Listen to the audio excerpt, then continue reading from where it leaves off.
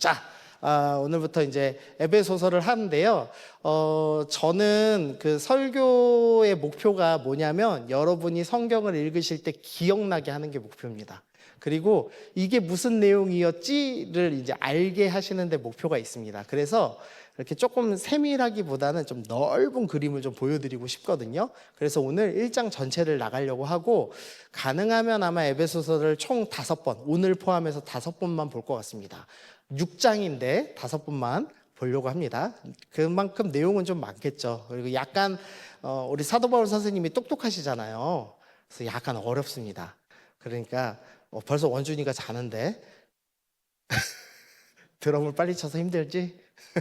네, 쉽지 않지만 한번 잘 따라와 보시죠. 사도 바울 인생을 좀 살펴보겠습니다. 이 에베소서를 쓴 사도 바울은요, 아마도 이제 그 기원 후 AD 5년 정도에 출생했을 걸로 추정을 합니다. 어쨌든 그랬다가 AD 33년에 이 예수님 믿는 사람들을 잡겠다고 시리아 다메스쿠스까지 이제 가다가 그 길가에서 도상에서 예수님을 만나서 예수님을 처음 영접하게 되죠. 근데 예수님을 영접하고 나서 그 누구보다도 아주 뜨거운 삶을 살았습니다. 3년간 이 다메섹과 그 근처에 있는 아라비아 광야에서 전도를 하고 또 하나님을 개인적으로 아는 시간을 갖습니다. 그랬다가 결국에는 그 나라 사람들이 못 견디고 이 아라비아 광야에 있는 그 국가의 왕이 이제 사도 바울을 잡으려고 하고, 다메섹 사람들도 사도 바울을 잡으려고 해서 탈출하는 스토리가 이제 사도행전에서 나옵니다. 탈출해서 어디로 가냐? 예루살렘에 방문합니다. 방문하는데 그치지 않고 거기서도 예수님을 전하죠. 그러니까 이제 사람들이 이 바울은 내비로두면 안 되겠다. 우리 편이었다가 전향한 사람이니까 너무 영향력이 크다 해서 바울을 또 죽이려고 시도를 하죠. 그래서 이제 사도 바울이 할 수 없이 고향 다소로 갑니다. 근데 문제는 이 예수님 믿는 사람들이 이렇게 안 불러준 것 같아요. 그래서 약 10년간 기록이 없는 이제 삶을 살았습니다. 그러나 뭐 바울 성정에 복음 전하는 걸 포기했을 리는 없죠. 그래서 매우 아마 열정적으로 복음을 전했을 겁니다. 그리고 나서 이제 바나바를 통해서 이제 안디옥 교회에 사역자로 부임을 하게 되고 선교사가 되죠. 그래서 12년 동안에 3번의 전도 여행을 하면서 소아시아와 유럽 지역 전역에 이제 교회를 세우는 놀라운 사역을 했습니다. 그래서 33년부터 58년까지 한 25년간을 정말 열심히 누구보다도 많이 사역을 했습니다. 사도 바울이 사역하면서 무슨 일이 있었냐? 고린도후서 11장에서 이 사도 바울이 자신의 사역에서 있었던 일을 이렇게 정리하는데요. 유대인들에게 40에 하나 감한 매를 5번 맞았다라고 합니다. 이 유대인들은요, 40대를 맞으면 죽을 수도 있다라고 생각했어요. 그러니까 40대는 사형입니다. 그래서 근데 문제는 사형하면 유대인들은 로마의 속국이고 로마만 사형을 언도할 수 있어요. 그래서 예수님을 죽이기 위해서 대제사장들이 누구에게 가죠? 로마 총독 빌라도에게 가잖아요. 그래서 사형을 내릴 수 없기 때문에 40에서 하나 감한 39대의 매질을 했습니다. 근데 지금 사도 바울이 그 사형 직전에 매질을 5번이나 맞았습니다. 이거 뭐 살살 뭐 자로 이렇게 톡톡 때리는 거 아닙니다. 이따만한 나무 가지고 그냥 후려치는 겁니다. 맞으면 어떨까요? 여러분 혹시 골병 든다는 말 아십니까? 골병 든다는 말? 네. 아마 이 사도 바울은 비가 오면은 무릎이 많이 쑤셨을 거예요. 저도 잘 몰랐는데 지금 제가 무릎이 안 좋잖아요. 아시죠? 제 무릎이 안 좋아서 비가 오면 쑤셔요. 진심. 그리고 날이 따뜻해졌잖아요. 무릎이 덜 아파요. 네, 처음 경험하는 이 늙음에 너무 슬퍼요. 기쁘지 않습니다. 근데 사도 바울은 저렇게 맞았으면 얼마나 고통이 많았을까라는 좀 생각을 해봅니다. 거기서 끝나지 않고요. 3번 퇴장, 또 이제 3번을 두들겨 맞는 형벌을 받았습니다. 그리고 한 번은 돌로 맞았습니다. 돌로 맞았다는 거는 죽이려고 작정하고 돌을 던진 겁니다. 그래서 죽은 줄 알고 버려두고 가는데 제자들이 구해오는 스토리가 한 번 있죠. 그리고 이제 3번 배를 타고 가다가 3번 이제 배가 부서지는 사고를 경험했습니다. 그래서 26절 보면 여러 번 여행하고 강의 위험과 강도의 위험과 동족의 위험과 이방인의 위험과 시내의 위험과 광야의 위험과 바다의 위협과 거짓 형제 중의 위험을 당하고 하는 25년간 말로 할 수 없는 고생을 다 했습니다. 근데 그거에만 그치는 게 아니라 수고하고 애쓰고 여러 번 자지 못하고 줄이며 목마르고 여러 번 굶고 춥고 헐벗는 일을 경험했습니다. 그래서 제가 AI한테 한번 좀 만들어 달라고 해봤어요. 이런 일들을 겪었을 겁니다. 사도 바울이 우리가 생각하는 그 수염이 긴 늙은 그 목사님, 온화하고 인자하고 살이 좀 붙은 그런 목사님의 모습이 아니라 사실은 완전히 그 전사와 같은 모습의 삶을 살아냈을 겁니다. 그렇게 이제 25년을 사역하고 나서 지금 어떻게 됐냐? 58년도에 가이사랴라는 도시에 구금이 됩니다. 그래서 2년 넘게 이제 감옥에 갇혀 있죠. 그랬다가 이제 61년부터 63년 이제 가이사랴에서 로마로 끌려가는 길에 유라굴라라는 뭐 광풍 만나고 뭐 이런 시리즈가 있죠. 어쨌든 지금 로마 감옥에 이제 1차 투옥이 됩니다. 물론 이제 명확하게 말하면 감옥이라기보다는 감금에 더 가까울 수도 있겠어요. 근데 어쨌든 자유가 없는 상태에서 지금 방 한 칸에 지금 갇혀 있는 상황이 현재 바울의 상황인 겁니다. 그러면은 이제 내가 바울이라면 어떤 마음이 들었을까라고 좀 생각을 해봤습니다. 이렇게 매일 두들겨 맞고 25년간 사역한다고 하나님을 사랑한다고 열정적으로 돌아다녔는데 두들겨 맞고 그래서 비만 오면은 온몸이 쑤시고 아프고 멀쩡한 데가 하나도 없는 상태에서 25년을 열심히 사역했습니다. 그러면 이제 주님께서 복을 좀 내리실 만도 한데 은혜를 주실 만도 한데 평안한 말년을 허락하시거나 말년까지는 안 바라지만 교회가 엄청나게 부흥하고 사람들이 되돌아오고 이재한 목사로 따지면은 저도 20년 넘게 사역했거든요. 네, 2000 공식 사역 시작은 2008년도였습니다. 그러니까 몇 년, 한 18년 된 것 같아요. 공식 직함이 달린. 근데 직함 달리기 전부터도 저도 청년부 하면서 중고등부 전체 혼자 책임지면서 설교 다 하고 했거든요. 그래서 20년 넘었어요. 저도 20년 넘어서 열심히 사역을 했습니다. 그럼 어떤 일이 일어나야 됩니까? 여기 청년들이 한 100명은 앉아 있어야 되는 거 아닙니까? 회장님 어떻게 생각해요? 20년 넘게 사역한 이재한 목사가 지금 설교를 하시는데 네. 다영이는 지금 앞자리에서 도망가고 말이지. 농담하는 겁니다. 지금 웃으시라고, 좀 잠 깨시라고. 열심히 사역했는데 그 결과가 감옥인 겁니다. 갇혀 있습니다. 그럼 사도 바울이 어떤 마음이 들었을까요?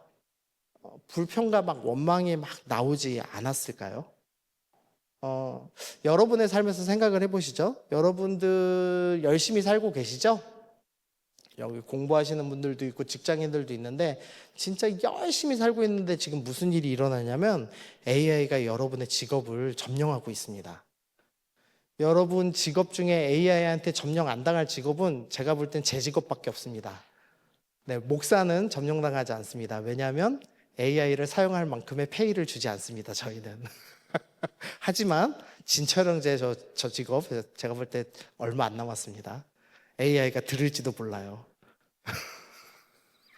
왜? 네, 네, 네. 다 저렇게 생각했죠. 그러나 1번으로 점령당한 게 의사였다, 법률가였다. 돈이 많은 직업 순으로 점령당하고 계신 거 알고 계시죠? 여러분이 몇 번째인지 잘 계산하십시오. 괜찮습니다, 자매님도. 자매님과 저는 살아생전에 괜찮습니다. AI에게 아기까지는 못 갑니다. 그러나 나머지 교사 위험합니다. 네. 뮤지컬 배우 저기도 가난하잖아요. 저기 괜찮을 것 같습니다. 뽀롱 언니까지는 살 것 같습니다. 네. 그러나 나머지는 자유롭지 못하다. 네, 여러분이 열심히 수고하고 애쓰는데 꽉 막힌 벽 같은 이 감옥에 갇힌 것과 같은 그런 어려움이 있을 때 여러분들은 하나님 앞에 어떤 생각을 가지세요? 불평과 원망이 막 나오지 않으십니까? 저는 좀 그런 시기를 보냈어요. 요 몇 년간 한 4년 정도의 시기인데 교회에서 성경 공부해가지고 청년부를 많이 모았거든요. 그래서 성경 공부를 금지당했습니다. 제가 그 전에 말씀 한번 드렸죠. 예, 성경 공부 금지당하고 찬양인도 금지당하고, 네, 담임으로 교회 갔었는데, 네, 원로 목사님이 저 쫓아내려고 불법 행하셔갖고 나오고, 네, 그리고 그 다음 교회에서 찬양인도 금지당하고, 뭐 이런 일들을 한 4년간 겪었습니다. 저희 딸내미가 지금 4학년인데 네 번째 학교예요. 그러니까 어느 정도의 좀 어려움이 있었는지 아시겠죠? 제가 20년 넘게 열심히 사역을 했는데 그 결과가 너무 어렵고 힘든 일이 있는 거예요. 그러니까 제 마음에도 사실 불평과 원망이 좀 사실 있었습니다. 그래서 이제 의심의 눈초리로 봤어요. 성석교회 청년들 이상한 거 아니야? 담임 목사님 좀 문제 있지 않을까? 이러면서 이렇게 째려보는 기간이 좀 있었습니다. 근데 다행히 우리 담임 목사님이 찬양을 제일 열심히 하시거든요. 여러분, 제가 장담하는데 우리 교회 모든 성도들보다 송대진 담임 목사님이 훨씬 더 열심히 찬양합니다. 그래서 제가 목이 아픈데 안 나오세요. 그게 제일 불만이에요. 네. 어쨌든 우리 교회는 좋은 교회인데, 어쨌든 그런 어려움이 있을 때 어떤 이제 마음이 있어야 되는가. 근데 이 사도 바울이라는 이 위대한 신앙인이 어떤 결정을 내렸느냐?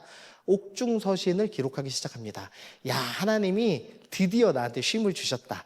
지금이야말로 글을 쓸 때다. 그러면서 에베소서와 빌립보서와 골로새 이 도시들에게 편지를 보내기 시작합니다.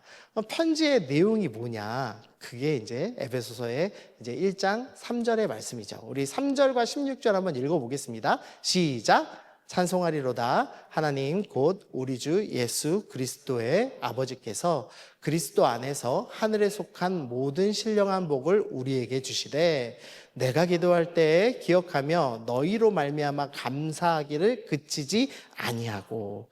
이 사도 바울 선생님이 25년의 사역의 결과물인 감옥을 앞두고 나서 뭐라고 하냐면요, 주님을 찬송하겠습니다. 주님이 너무 좋습니다 하면서 주님을 찬양하기 시작하고요, 거기서 내가 너희를 위해서 기도할게. 감옥에 갇힌 자가 자유를 가진 사람들한테 거꾸로 내가 기도해 줄게 라고 이야기하고 있다는 겁니다. 도대체 사도 바울이 어떤 신앙을 가졌기에, 무엇을 받기에 이 25년을 사역하고 갇혀 있으면서 그 수많은 고문의 고통의 후유증으로 많은 병을 겪었을 것임에 분명한 이 사도 바울이 그럼에도 불구하고 기뻐하고 있는가, 그 이유를 좀 오늘 좀 먼저 살펴보려고 합니다. 1장 3절의 핵심 스토리는요 뭐냐면, 붉은 글씨만 보시면 하늘에 속한 모든 신령한 복을 우리에게 주셨다는 것입니다. 사도 바울이 왜 이렇게 기뻐하면서 나는 찬송할 거야 라고 얘기하고 있냐, 그것은 하나님께서 우리에게 복 주셨어 라는 겁니다. 여기서의 복은 나를 구원하셨다라는 이야기를 지금 하고 있는 겁니다. 그 인터넷에 이런 짤 보신 적 있어요? 이거 누구인지 아시죠? 네. 네. 계란이 이제 나이가 50이신데, 네. 우리 삼성의 이건희 회장님 설명할 시간이 없어, 어서 타 이러면 이제 깜짝 놀라서 이제 주식에 탄다는. 네. 그 실제로 이런 일이 있으면 여러분 어떻게 하실래요? 타야지. 설명을 들을 이유가 뭐가 있어요? 재산이 몇 조인데, 맞죠? 뭔가 있겠지. 제가 여기다가 싫진 않았지만 그 카리나와 이재용 중에서 누구야 오늘 저녁을 드시고 싶습니까? 남자들한테 설문조사 했습니다. 누가 이겼게요? 몇 프로로 이겼게요? 100대 0까지는 아니야. 그래도 카리나가 이뻐. 예. 30대 70으로 이재용이 이겼습니다. 네, 우리 이재용 회장님 대단하세요. 자, 이렇게 힘 있는 사람 한 사람만 도와준다고 해도 내 삶이 좀 든든하지 않으시겠어요? 네, 제가 이름이 이재함이잖아요. 저분이 저 경주시거든요. 이재용, 아마 저의 형뻘 될 겁니다. 제 형이 한 명 더 있습니다. 누군지 아세요? 이재명. 그렇지. 지금 경주시들이 장악하고 있어요. 여러분 몰랐죠? 네, 그 중에 한 명만 날 도와주시면 좋겠는데 말이죠. 네. 근데 사도 바울에게 지금 이런 일이 일어난 겁니다. 사도 바울이 뭐라고 얘기하냐면, 나한테 신령한 복을 누가 주셨냐? 삼위의 하나님께서 세 분이 나에게 지금 구원을 베푸셨어. 너무 신난 겁니다. 그래서 제가 좀 기억나시라고, 하늘에서 하나님이 내가 너를 택했다라고 말씀하시고, 성령께서 함께 하시고, 예수님이 설명할 시간 없어 빨리 타 이렇게 얘기하시는 겁니다. 지금 사도 바울이 딱 그 느낌인 거예요. 야, 이런 분들이 나를 구원하신다고? 나에게 신령한 복을 주신다고? 야, 내가 감당할 수 없다 하면서 찬양을 지금 부르고 있는 겁니다. 세 분께서 어떤 신령한 복, 구원의 역사를 베푸셨는가? 그게 이제 1장 4절, 5절, 6절에 성부 하나님께서 하신 일이 나옵니다. 근데 핵심 스토리만 딱 얘기하자. 그럼 뭐냐면 우리를 예정하셨다는 겁니다. 하나님께서 우리를 선택하셨습니다. 미리 정하셨습니다. 나를 구원하시기 위해서 주님께서, 그 영광스러운 주님께서 나를 정해주셨어요. 그럼 언제 정해주셨냐? 예정의 시기는 창세 전입니다. 모든 우주가 창조되기 전부터 주님께서는 나를 정해주셨습니다. 이것은 뭘 의미하냐? 내 조건, 내가 이쁘고 잘나서 구원해 주신 것이 아니라 나의 어떤 조건도 상관없이 하나님께서 일방적으로 나를 선택해 주셨다는 것이죠. 그래서 그것이 다른 말로 거저 주셨다라고 이야기하고 있습니다. 여러분은 모두 구원 받으셨죠? 예, 여러분은 하나님께서 선택하셨습니다. 예정하셨습니다. 근데 여러분 중에 미모로 선택받으신 분은 아무도 없습니다. 아무도 아멘을 안 하네요. 우리 자매님들. 네. 우리 형제님들 잘생김 때문에 선택받은 거 아닙니다. 네. 능력 때문에 선택받은 거 아닙니다. 우리 원준이 드럼 쳐서 구원받은 거 아닙니다. 네. 네. 우리 중에 누구도 구원받은 이유가 없습니다. 하나님께서 거저 구원해 주셨습니다. 창세전에. 이유가 뭐냐? 예정의 동기가 뭐냐? 우리로 사랑 안에서 사랑하셔서 예정하셨습니다. 그래서 그 예정의 결과는 뭐냐? 우리가 자녀 되었다라는 것입니다. 이게 제가 예전에 그 한참 우리 딸내미가 너무 이쁠 때 월간 이서연이라는 잡지를 저 혼자 만들어서 봤거든요. 거기를 지금 받아왔는데요. 글을 읽어드릴게요. 이서연이 태어나고 첫 어버이날, 서연이는 대단한 선물을 준비했다.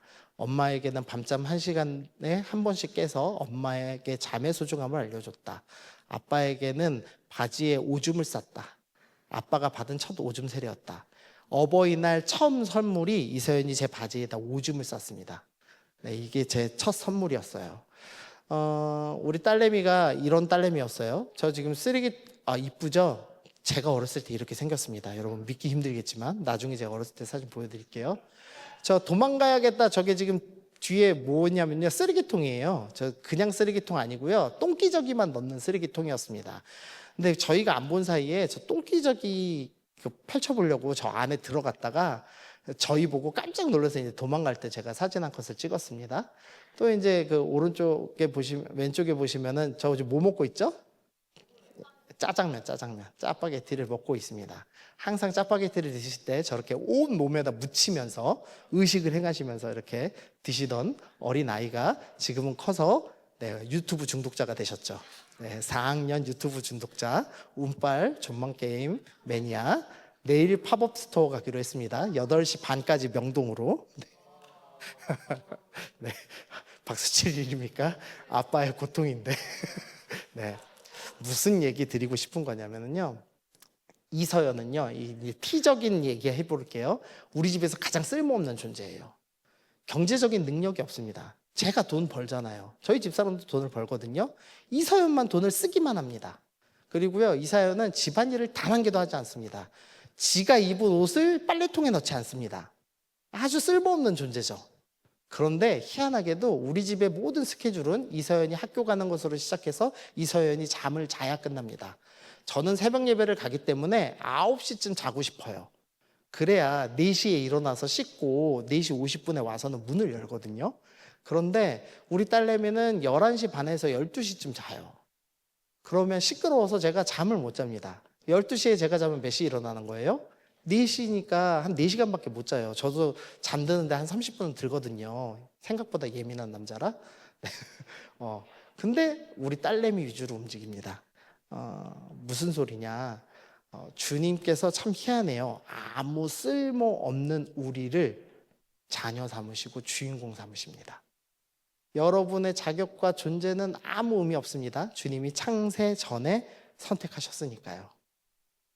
여러분이 지금 혹시나 아무 능력이 없어서 정말 주님께 부끄러운 수준에 있는 사람일지 모르겠습니다. 경제적으로 빵원을 번 지가 몇 년째 되신 분이 있을지도 모르겠어요.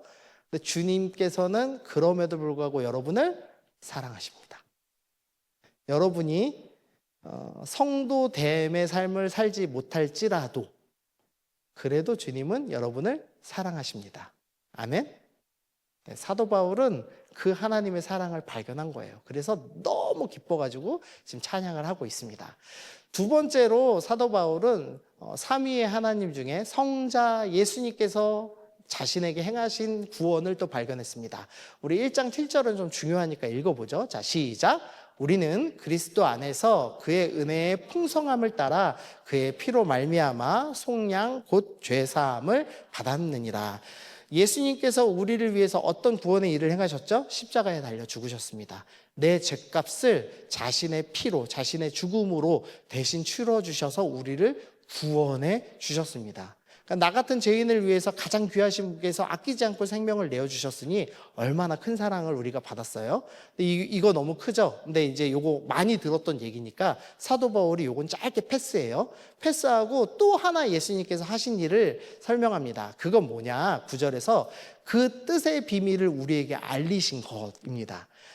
그러면서 그의 기뻐하심을 따라 그리스도 안에서 때가 찬 경륜을 위하여 예정하신 것이니 라는 어려운 말이 써 있지만 쉽게 설명하면 주님께서 어떤 비밀을 미리 계획해 주셨습니다. 근데 그것을 우리에게 알려주셨어요. 그 비밀이 뭐냐? 10절에 있는 말씀입니다. 하늘에 있는 것이나 땅에 있는 것이 다 그리스도 안에서 통일되게 하는 것. 이건 무슨 의미냐? 하늘에는 천사도 있어요. 영적인 세계에는 천사도 있고 사탄도 있어요. 땅에는 예수님 믿는 사람도 있고 예수님 안 믿는 사람도 있어요. 그러니까 하나님을 대적하는 무리도 있고 하나님을 따르는 무리도 있습니다. 그런데 그 모든 것을 어떻게 하냐? 통일되게 하실 겁니다. 여기서 통일이라고 번역이 되어 있지만 이 원어의 의미는 머리라는 의미가 있어요. 그러니까 예수님께서 이 모든 것의 머리가 되셔서 다스리실 것입니다. 이게 하나님이 갖고 계신 계획입니다. 그러니까 지금은 주님께서 이 땅을 다스리지 않는 것처럼 보이지만 주님께서는 궁극적으로 이 모든 것, 악한 것과 선한 것 다 통합해서 예수님께서 다스리시고 통치하실 계획이 있습니다. 그래서 이제 새한글에서는 이제 계획은 그리스도를 머리로 하여 모든 것들을 그리스도 안에서 하나로 합치시는 계획을 갖고 계십니다라고 말씀하고 있죠. 지금 우리 눈에는 악한 것이 많아요. 사도 바울이 볼 때 얼마나 답답했겠어요. 이 에베소에는 우상숭배가 넘쳐났거든요. 이 에베소에는 아데미 신전이라는 곳이 있었습니다. 아데미 신전은요, 아데미 여신이 혹시 그 아르테미스라고 아세요? 예, 아폴로는 태양의 신, 그다음에 아르테미스는 달의 신이잖아요. 근데 이 아르테미스 이게 이제 그 아데미 여신이거든요. 아데미 여신 신상이 어떻게 돼 있냐? 이 가슴이 수십 개가 달려 있는 신상을 갖고 있습니다. 그러니까 이 풍요를 상징하기도 하고 음란함을 이야기하는 거기도 하죠. 그래서 아데미 신전에는 방이 있어요. 그래서 아데미 여신을 어떻게 예배드리느냐? 그 방에 신전에서 섬기는 여사제와 남자가 성관계함으로써 아데미 신을 기쁘게 하는 문화가 있었습니다. 그런 곳에서 이제 사도 바울이 사울을 했어요. 그러니까 얼마나 답답하겠어요. 이 악한 것이 온통 가득한 세상을 계속 봐왔던 거예요. 거기다가 옳은 것을 전하다가 감금당한 거죠. 사도 바울은 얼마나 답답했겠습니까? 그런데 예수님께서 지금 모든 것을 결국 다스리시려고 계획하고 계셔. 그것을 알고선 기뻐하면서 주님께서 모든 걸 다스리겠구나라는 걸 이제 알고 기뻐하는 모습을 보여주죠. 그 다음에 이제 성령 하나님께서 하시는 일이 이제 13절과 14절에 나옵니다. 여기서 약속의 성령께서는 인치셨습니다. 여기서 인은 이제 도장 찍었다라는 것을 의미해요. 그래서 왜 서류에 보시면 도장 인에서 왜 동그라미 있잖아요. 그 도장 찍으셨다라는 의미입니다. 고대 근동에서는 이제 도장을 이렇게 세 가지의 상황에서 찍습니다. 문서가 진짜다. 권위 있는 것이다 라는 것을 의미하려고 도장을 찍고요. 또 가축이나 노예에게 이 노예는 주인이 누구다 라는 걸 표시하기 위해서 이렇게 도장을 찍죠.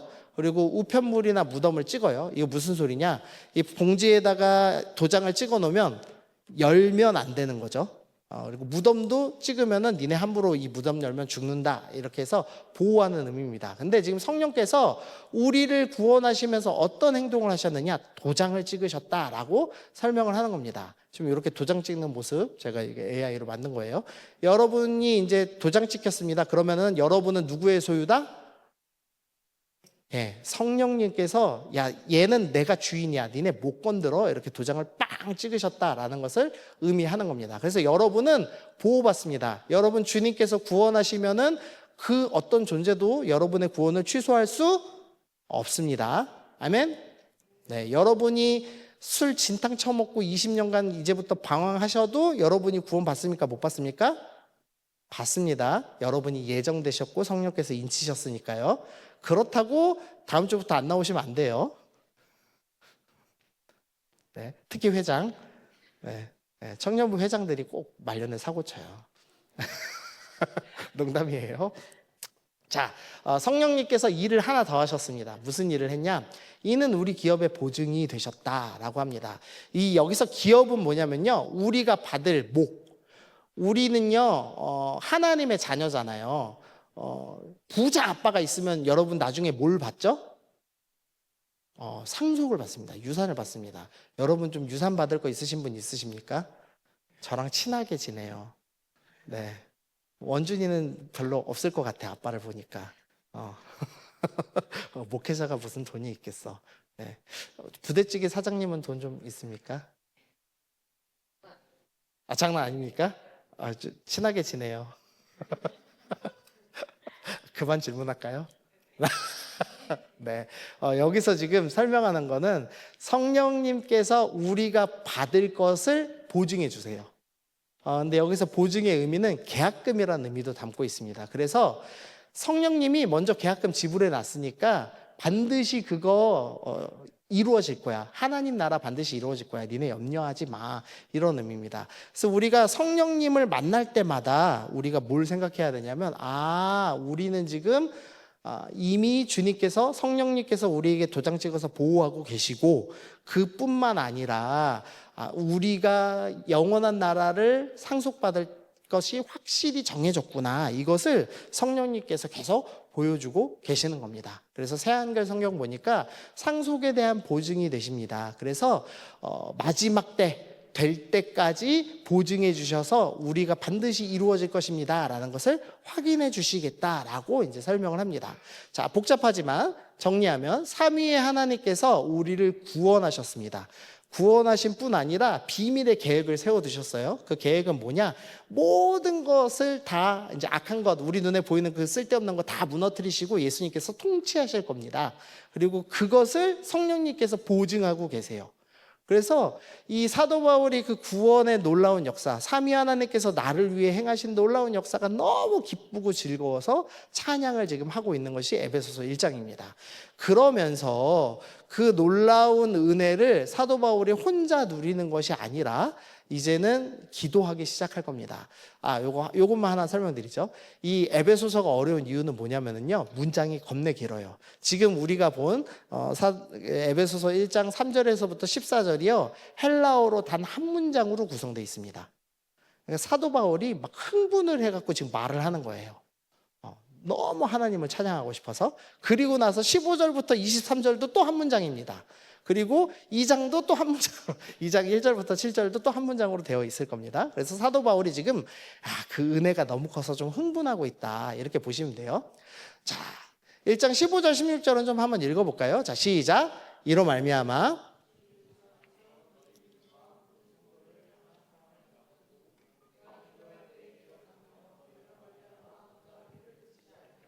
네, 바울 선생님이요, 이 에베소서 성도를 보고선 뭐라고 하냐? 너희 믿음을 봤다. 그리고 너희가 모든 성도를 향한 사랑을 내가 들었다. 자, 믿음이 있고 성도를 향한 사랑이 있는 성도는 좋은 성도입니까? 나쁜 성도입니까? 좋은 성도죠. 정말 멋있는 성도죠. 너무 좋습니다. 그런데 사도 바울이 그것만으로는 부족해. 꼭 해야 될 게 있어 라고 말씀하시면서 기도하면서 뭐라고 기도하시냐면, 핵심 내용은 너희가 알게 하시기를 내가 기도하고 있어 라고 말하는 겁니다. 야, 너희가 믿음도 있고 사랑도 있고 정말 좋은 성도야. 근데 거기서 그치지 말고 너희가 알아야 될 것이 꼭 있어. 그게 뭐냐? 아까 말씀하신 그 구원을 베푸신 삼위 하나님의 은혜죠. 그래서 17절에서 뭐라고 얘기하냐? 나는 너희가 하나님을 꼭 알았으면 좋겠어. 우리 구원을 베푸신 하나님을 꼭 알았으면 좋겠어. 그러면서 정리를 좀 합니다. 세 가지로 정리해요. 성도가 뭘 알아야 되냐? 하나님에 대해서 부르심의 소망을 알아야 돼. 야, 하나님이 너희 예정하셨고 너희 부르셨어. 그거 기억해. 그거를 알아야 돼. 그래야 진짜 좋은 성도야 라고 얘기하시는 겁니다. 두 번째, 기업의 영광의 풍성함. 우리가 받을 유업, 천국에 우리에게 주실 그 천국의 영광이 얼마나 풍성한 건지 안다면 너희가 이 땅에서의 어려움 능히 이겨낼 수 있어 라고 말씀하시는 겁니다. 세 번째, 그 모든 것을 이루실 하나님의 능력이 지극히 크신 것을 너희가 안다면 너희는 이 모든 것 이겨낼 수 있어 라고 합니다. 그러면서 능력에 대한 설명을 좀 자세하게 붙여놓으셨어요. 그래서 그게 20절부터 23절에 나오는 겁니다. 야, 하나님이 얼마나 능력이 있는지 알아?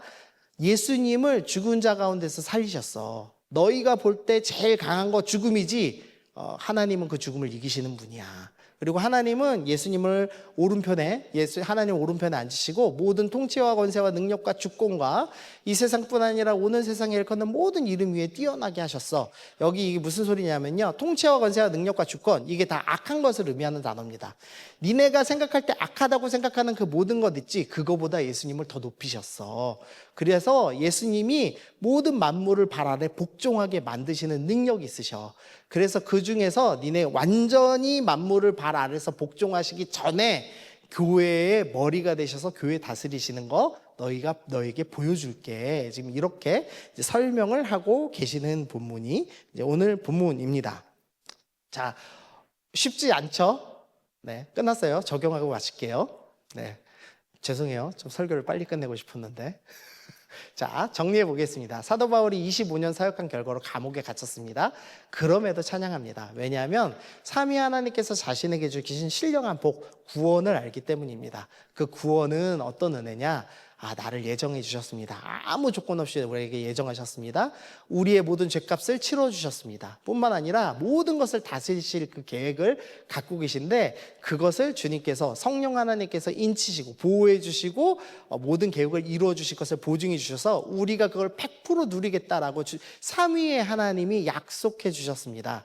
그래서 사도 바울은 이 놀라운 사실을 믿음과 사랑을 갖고 있는 이 성도들을 향해서, 야, 너희가 이거 반드시 알아야 돼 라고 기도를 하고 있는 장면이 나오는 겁니다. 그러면서 사도 바울이 너무 흥분해서 뭘 하냐? 계속 찬양을 해요. 자, 6절, 은혜의 영광을 찬송하게 하려는 것이다. 12절, 영광을 찬송하게 하려 하심이라. 14절, 그의 영광을 찬송하게 하려 하심이라. 야, 이거 너무 좋은 거야. 그래서 찬양하지 않을 수 없어 라는 이제 의미입니다. 또 하나의 의미. 자, 여러분 생각을 해보시죠. 여러분이 아까 그 청년 그림 기억하시죠? 그 단칸방에 갇혀가지고 공부하고 있는 어두운 AI에게 잡혀먹을지 몰라서 근심하고 있는 그 청년의 모습. 여러분이 혹시나 지금 예정받은 것도 맞고 구원받은 것도 맞지만, 근데 주님 앞에 내볼 것이 하나도 없는 존재라면, 그러면 여러분은 찬송할 수 있습니까? 없습니까? 좀 제가 말을 이상하게 했나 보네요. 자, 다시 한번. 자, 네. 갑자기 말문이 막혔어요. 여러분이 여러분의 삶이 주님을 찬양할 건덕지가 하나도 없는 상태라고 생각해 보시죠. 여러분이 예수님 믿는다는 것 자체가 교회의 부끄러움이야. 아휴, 저런 게 예수 믿어서 영광을 가려, 이런 수준의 사람이라고 생각을 해 보세요. 그러면 여러분 어떻게 해야 돼요? 그만 믿어야 되는 거 아니에요? 영광을 가리지 않기 위해? 어떻습니까? 여러분, 내 존재가 주님께 영광 돌리고 나는 주님의 기쁨이 되는 존재고 나는 진짜 어디다 놔도 자랑거리가 되고 그런 삶을 살고 계십니까? 혹시? 안 그러시죠? 그런데 사도 바울이 야, 너네는 은혜의 영광을 찬송하는 존재로 지음 받았어. 그리고 너는 그렇게 살게 될 거야 라고 이야기하고 있는 겁니다. 자, 마지막 이야 하나만 더 들고 마칠게요. 자, 이분은 누구시냐면요, 템플 그랜딘이라는 여자분입니다. 일리노이 주립대학에서 동물학 박사가 되셨고요. 콜로라도 주립대학의 교수로 지내고 계십니다. 이분은 이제 소가 이 죽기 직전에 슬퍼하는 모습을 보면서 이렇게 동물 복지를 지키면서 이제 소를 사육할 수 있는 방법을 개발하셨어요. 그래서 미국과 캐나다의 소의 절반이 이 교수님이 설계한 시설에서 이제 처리가 되고 있습니다. 이분이 얼마나 대단한 분이냐면요, 테드에서 강연하신 분이에요. 네. 테드 강연자 아무나 못 되는 거 알고 계시죠? 그리고 이분은요, 2010년 타임지가 선정한 가장 영향력 있는 인물 100명 안에 드시는 분입니다. 그리고 이분의 일대기가 지금 저거 영화거든요. HBO에서 만든 영화입니다. 이분의 일대기가 영화로 제작될 정도로 유명한 분입니다. 좀 괜찮으신 분이죠? 자랑스러운 분이지 않나요? 맞죠? 근데 이분의 별명이 하나 있어요. 뭐냐? 세상에서 가장 유명한 자폐인. 이분은 자폐를 갖고 계신 분입니다. 그래서 이상한 변호사 우영우라는 드라마의 모델이 되신 분이에요. 자, 이분이 교수가 되고 이분의 동물학을 가지고 미국과 캐나다의 소 절반이 다 그렇게 사육될 정도로 위대한 사람입니다. 딱 보시면서 무슨 생각 드세요? 자, 여러분이 나이가 먹었나 안 먹었나를 확인해 보겠습니다. 무슨 생각 드십니까? 찬이 형제님, 이분이 딱 섰습니다. 이분을 보며 어떤 생각이 먼저 드셨어요?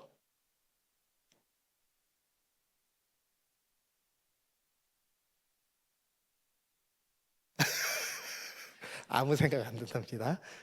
자, 아영자매님, 그럼 답하지 말고, 저희 채연자매님도 읽었어요? 무슨 생각이 듭니까? 어, 대단하다. 그렇지. 누가 대단한 겁니까? 그렇지. 부모가 대단한 거예요, 부모가. 여러분 자폐하는커녕 저는 멀쩡한 이서연을 기르고 있거든요. 저는 이서연이 동물학 박사 바라지 않고요, 편식하지 않는 대학교를 졸업한 멀쩡한 딸내미가 되기를 소망하고 있어요. 예. 예, 살이 쪄도 좋으니 멀쩡하게 유튜브 중독에서 좀 벗어났으면 좋겠다. 그것도 키우기 쉽지 않겠다는 생각을 합니다. 제가 이분을 보면서 그 생각을 했어요. 야, 저분 부모는 정말 어떤 사람일까? 이분이 이제 어머니더라고요. 그래서 이 템플 그레딘이라는 분을 검색하면 반드시 나오는 게 뭐냐? 어머니의 헌신적 노력으로 변화됐습니다. 입니다.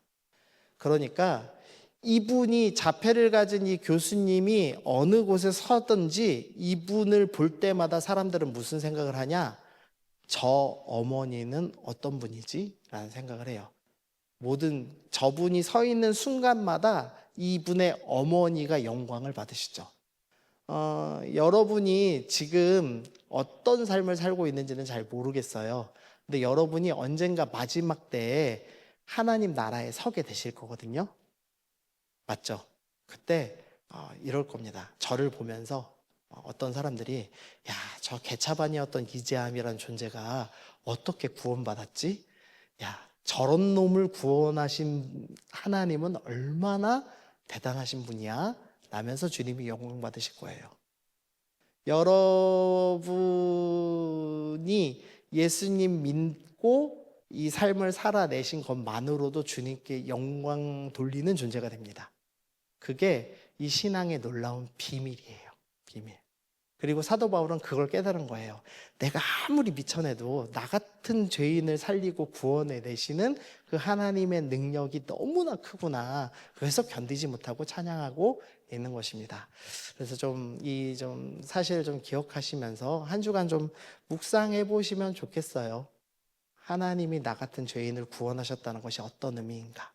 그리고 그 신앙을 끝까지 유지케 하시는 그 하나님의 놀라우신 능력이 무엇인가에 대해서 한번 생각해 보면 좋겠습니다. 네.